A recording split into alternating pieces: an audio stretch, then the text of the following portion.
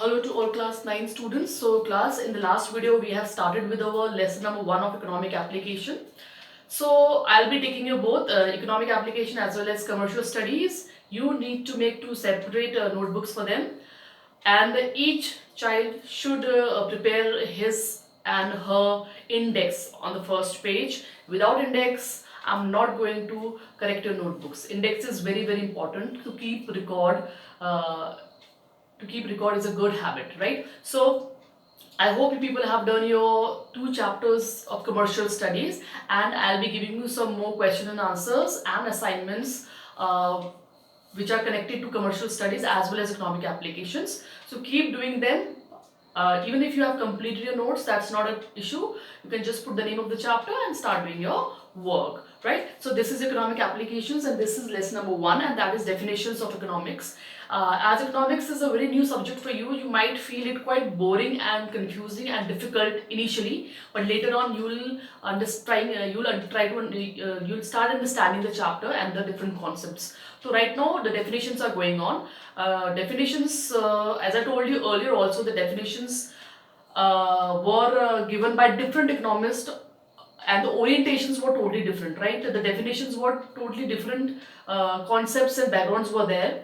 So some economics, they gave the definition regarding economics, which was definitions of economics were given as wealth oriented. There were wealth oriented definitions, as I told you earlier also. Then there were welfare oriented definitions. Definitions were there. Then growth oriented and scarcity oriented definition. So these were the different kinds of definitions which were given by the different economists. So from time to time the definitions kept on changing.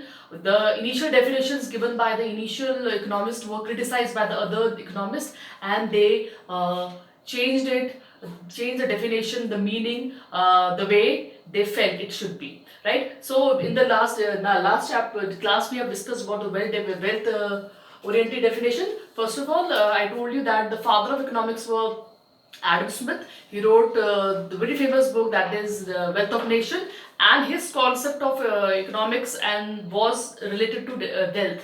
Wealth means संपत्ति. उनका कहना ये था कि economics क्या है, wealth से जुड़ी हुई है. मतलब आप जितनी भी चीज़ों का इस्तेमाल कर रहे हो वो वेल्थ बनाने के लिए ही होना चाहिए, और जो स्टडी इस चीज़ को करती है उस ब्रांच को हम इकोनॉमिक्स कहते हैं. लेकिन बहुत लोगों ने क्या किया, वेल्थ ओरिएंटेड डेफिनेशन को क्रिटिसाइज किया. क्रिटिसाइज मतलब उसकी आलोचना करी. तो फिर ऐसा करने पे इन्होंने, कुछ लोगों ने क्या किया, चेंज किया डेफिनेशन को, और इसमें फिर वेलफेयर डेफिनेशन को जोड़ा गया. एक वेलफेयर, एक नया टर्म जोड़ा गया जो क्या है, वेलफेयर टर्म है, राइट? नाउ वेलफेयर डेफिनेशन वो given by marshals. Alfred Marshall ने दी थी यानी डेफिनेशन, एल्फ्रेड मार्शल्स. और भी बाकी का काफी सारे लोग थे जिन्होंने वेलफेयर के बारे में बात करी.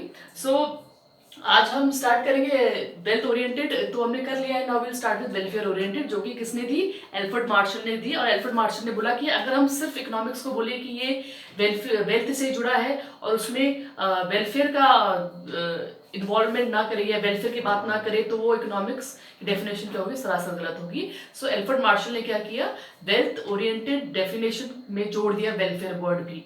उन्होंने कहा कि अगर हम संपत्ति को, मतलब वेल्थ को लोगों की भलाई के लिए यूज करें, वेलफेयर के लिए यूज करें, तो वो राइट मीनिंग होगा किसका, इकोनॉमिक्स का, right? So the definition given by Alfred Marshall was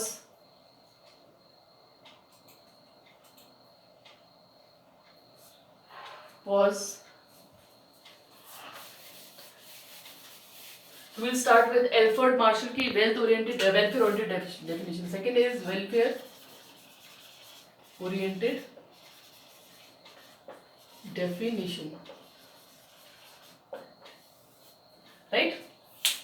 सो इसमें एल्फ्रेड मार्शल ने बोला था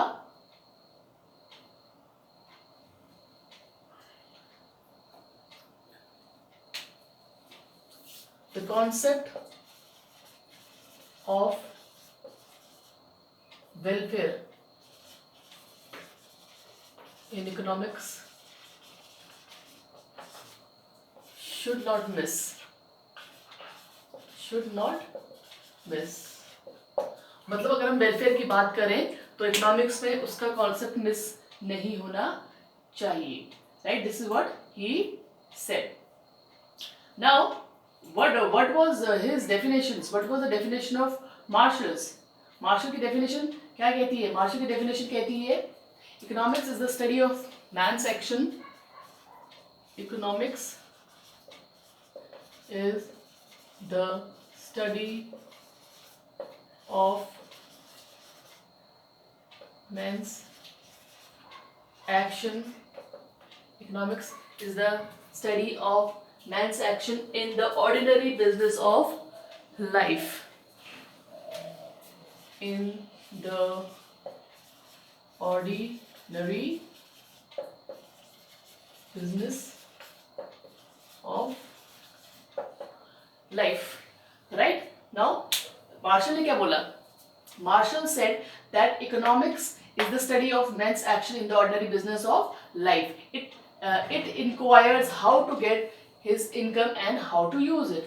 Right? Basically, he said that income या wealth should be used for human welfare. Human welfare. Now, according to Marshall, he said that कि wealth को अगर हम लोगों के भलाई के लिए यूज करें, देश के हित के लिए यूज करें, तो वो इकोनॉमिक्स कहलाएगी, right? Now thus we see that through this definition of economics, Marshall has given preference to man over wealth. तो through this definition, when you go through this definition, हम ये देखते हैं कि मार्शल्स ने, एल्फ्रेड मार्शल ने wealth के ऊपर क्या किया? व्यक्ति को, मतलब मैन को ज्यादा अहमियत दी, और उसने कहा कि ऐसी वेल्थ का कोई उपयोग नहीं है जो सिर्फ अपने लिए हो। वेल्थ वो होती है जो लोगों के लिए या देश के हित में इस्तेमाल की जाए, और यही क्या है? इकोनॉमिक्स है। तो अगर मेन फीचर्स बात करें मार्शल्स की डेफिनेशन की, सो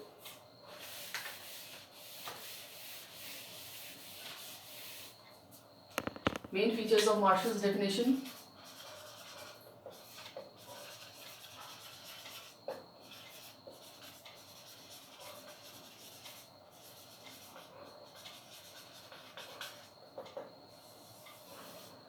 मार्शल के डेफिनेशन की अगर मेन फीचर्स की बात करें तो ये पहला क्या है? Study of mankind, study of mankind. Now the Marshall की डेफिनेशन है, उसका मेन फीचर क्या है? Study of mankind. वो बोलते हैं economics deals with the ordinary men and women who have feelings of love, affection, friendship and do not get motivated merely by the desire of availing themselves of maximum monetary benefits. ठीक, economics deals with ordinary men and women. Economics deals with ordinary men and women. तो ordinary man और women जो है उनसे economics deal करती है, right? Now he believe that wealth is not an end in itself but it is only means of human welfare. ठीक है, here Alfred gave a lot of importance to human beings, to their welfare, और उन्होंने कहा कि wealth क्या है? Economics पूरी wealth से जुड़ी हुई नहीं है, बल्कि इस वेल्थ के लोगों के हित के लिए इस्तेमाल करना क्या है? इकोनॉमिक्स है। The another important feature is cause of material welfare, causes of material welfare.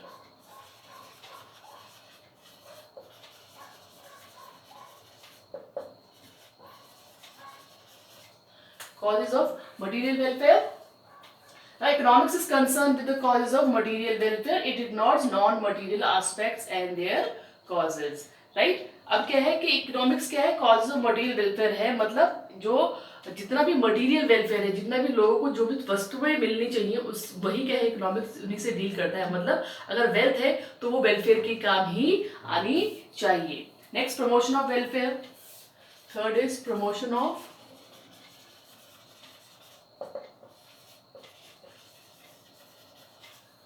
welfare.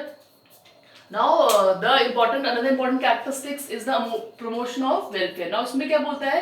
सबसे important feature और ये कहता है कि ह्यूमन वेलफेयर के ऊपर बहुत क्या दिया जाना चाहिए? जोर दिया जाना चाहिए। मैं आपको पहले ही बता रही हूँ वेलफेयर का मतलब क्या? भलाई, लोगों की सेवा। ठीक है, the money and wealth are simply the means of human welfare. यहाँ पे क्या है? The money and wealth are simply for human welfare. Right, तो अनदर फीचर जो खास बात है, अगली खास बात जो है मार्शल की डेफिनेशन की, वो क्या है? Promotion of welfare. मतलब मार्शल की जो इकोनॉमिक्स की डेफिनेशन है वो ये बोलती है कि जो आपका मनी है या वेल्थ है वो सिंपली किसके लिए यूज होना चाहिए? वो ह्यूमन की भलाई के लिए यूज होना चाहिए। अगर हम वेल्थ को लोगों की भलाई के लिए यूज नहीं कर रहे हैं तो वो इकोनॉमिक्स नहीं है। ठीक है, now it is study of social science, study of social science. Now another is important feature is that economics is the study of social science. Now what does it mean? इसका मतलब क्या है? इसका मतलब ये है that ordinary business of a person refers to activities of earning and spending the income for the welfare of human beings. जितना भी सोसाइटी में हम लेन देन करते हैं, परचेज करते हैं, सेल करते हैं, वो सब क्या है? वेलफेयर का ही हिस्सा है, जो कि किसका पार्ट बन जाता है? इकोनॉमिक्स का पार्ट बन जाता है। So this is another important feature. Fifth feature is use of money. Now Alfred Marshall की जो डेफिनेशन है उसका पांचवा जो है फीचर क्या है? That is uses of money. Now इसमें क्या है? Social welfare which can be easily measured with the measuring rod of money. Now the definition considers material of और economic welfare is a part of social welfare. ठीक है, we use money as a part of social welfare, right? So these are the important features of Marshall's definitions. What does it says? They say that first, ये important features है martial के definition के। आपको I've already given you the notes, तो आप सिर्फ अपने जो notes दिए हैं उनको उतारें, इनकी जरूरत नहीं पड़ेगी। पहला आपका study of Mankind economics. Marshals कहते हैं कि इकोनॉमिक्स जो है वो डील करता है with ordinary man and women. ठीक है, इकोनॉमिक्स क्या करता है? किससे डील करता है? किससे लेन देन है उसका? ऑर्डिनरी मैन एंड वुमेन, जो लोग हमारे समाज में रहते हैं, चाहे man women, ordinary man women, उनका जो काम काज है, रोजमर्रा की चीजें हैं, वही इकोनॉमिक्स है। Second is causes of material welfare. Right, now material welfare से मतलब है जितनी भी चीजें मटीरियलिस्टिक है, जो भी चीजें गुड्स एंड सर्विसेज है, उन्हीं से हम लोगों को क्या कर सकते हैं? भला कर सकते हैं। ये भी एक इंपॉर्टेंट बात है जो मार्शल्स कहते हैं। Then promotion of welfare. ठीक है, the money and wealth are simply for human welfare.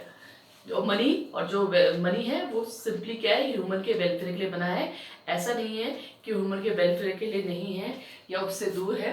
Now next is study of social science. जब हम पूरे ग्रुप की बात करते हैं तो पूरी सोसाइटी बनता है और इकोनॉमी बनती है, तो उसके वेलफेयर से जुड़ी हुई एल्फ्रेड की डेफिनेशन है। और लास्ट है use of money. This definition considers material as economic welfare as a part of social welfare and can be easily measured with measuring rod of money. Okay students, now students we'll move further. I hope this is clear to you.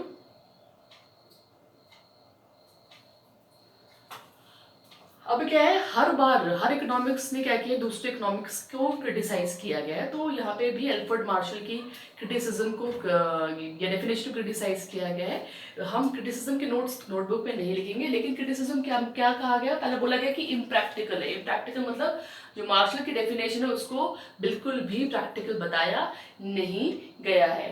ठीक है, और ये बोला गया है कि बार बार आप welfare शब्द का इस्तेमाल नहीं कर सकते हो। Welfare approach was not accepted by Robins. जब रॉबिन्स आए और उन्होंने स्केर्सिटी की डेफिनेशन दी या ग्रोथ की डेफिनेशन आगे आई, तो उन्होंने बोला कि वेलफेयर अप्रोच बिल्कुल सही नहीं है, because these are certain goods and commodities which do not promote human welfare. क्योंकि कुछ चीजें ऐसी होती है जो ह्यूमन वेलफेयर नहीं देती है। जैसे कि सारे गुड्स वेलफेयर के लिए होते हैं, लेकिन कुछ गुड्स ऐसे होते हैं जो सोसाइटी को नुकसान भी पहुंचाते हैं। जैसे कि आप अल्कोहल की बात कीजिए, वाइन हो गया या ओपियम हो गया या कोई भी जो गलत चीज़ें हैं, तो हमेशा हम मटेरियल की बात और वेलफेयर की बात नहीं कर सकते हैं, क्योंकि कुछ चीज़ें ऐसी होती है जो सोसाइटी में मौजूद होने के बाद भी क्या है? सोसाइटी के लिए अच्छी नहीं है।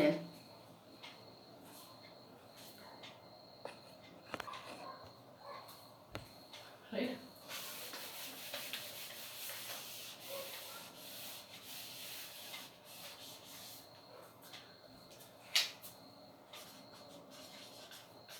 स्टूडेंट्स अलग अलग डेफिनेशंस दी गई हैं, ठीक है। तो हम जो पढ़ रहे हैं, हम यहाँ पे इकोनॉमिक्स की डेफिनेशन पढ़ रहे हैं।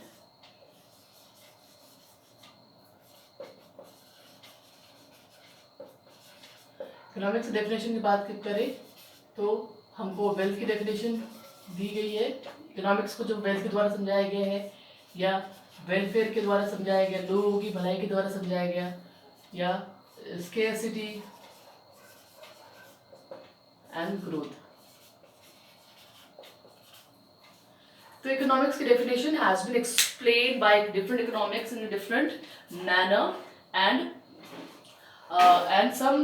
every economics has criticized the other economics for the definition, ठीक है। एक इकोनॉमिक्स की डेफिनेशन दूसरे वाले ने क्या की है, खारिज करी है। मतलब एक इकोनॉमिक्स जो डेफिनेशन दे रहा है वो दूसरा इकोनॉमिक्स नहीं दे रहा है। तो आगे हम बाद में will be continue with it, and I have already given you a PDF in the group and you people are going to complete your notes, right? So keep reading, go through the chapters regularly and keep reading them and try to understand. Thank you class, thank you so much.